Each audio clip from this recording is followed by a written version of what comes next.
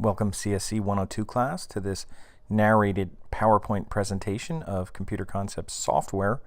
We're just going to touch the surface and go over some categories and just give a general kind of outline and overview of some software, beginning with operating systems, web browsers, and some application software that you may or may not be familiar with.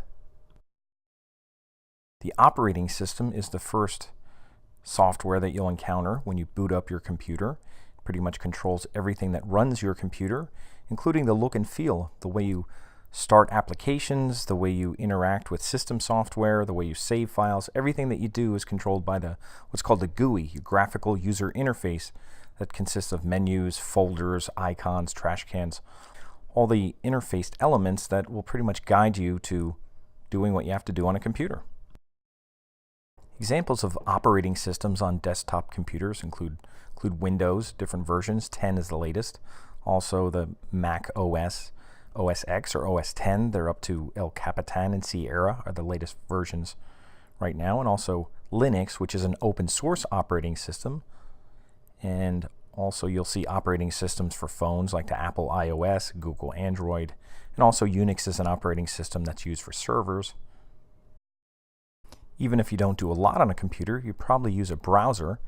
And Internet Explorer used to be one of the more popular browsers on the Windows platform, but that's since been taken over by Google Chrome is pretty much the most popular, followed by Firefox and possibly Safari. There's also Microsoft Edge, which just came out, and there's some others like Opera that you can use, and there's some other software for browsers out there as well.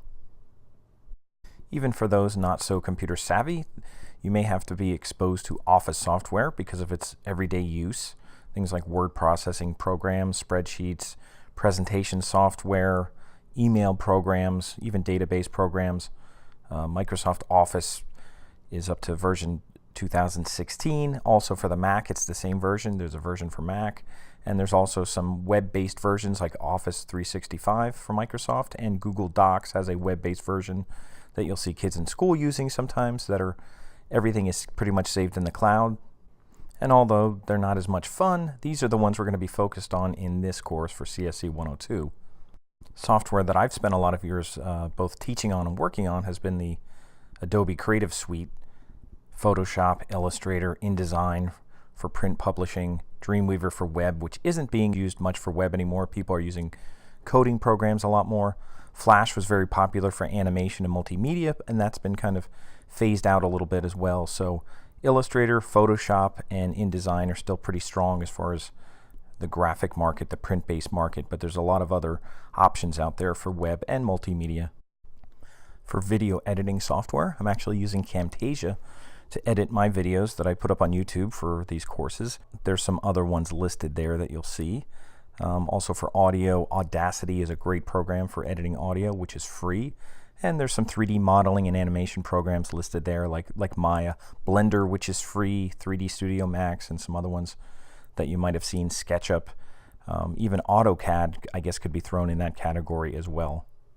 For any programmers out there, I've listed some IDEs, which stands for Integrated Development Environments, including NetBeans, Eclipse for things like Java and C++, IntelliJ is also for Java, PyCharm for Python, Komodo does a couple different languages as well. There's text editors listed, which I mentioned have kind of replaced Dreamweaver. People use Atom and Brackets and other kind of code editors to just write their code from scratch instead of using Dreamweaver. And then there's also command line programs which are on Mac and Windows operating systems like Terminal and PowerShell. And there's also a lot of web-based alternatives, even the WordPress content management systems, and a lot of web-based software and apps are available, sometimes for free.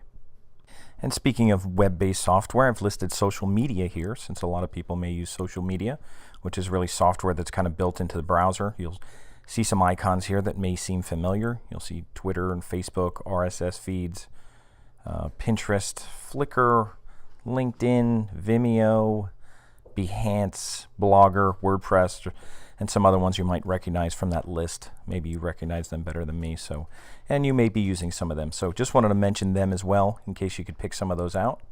And that's about it for software.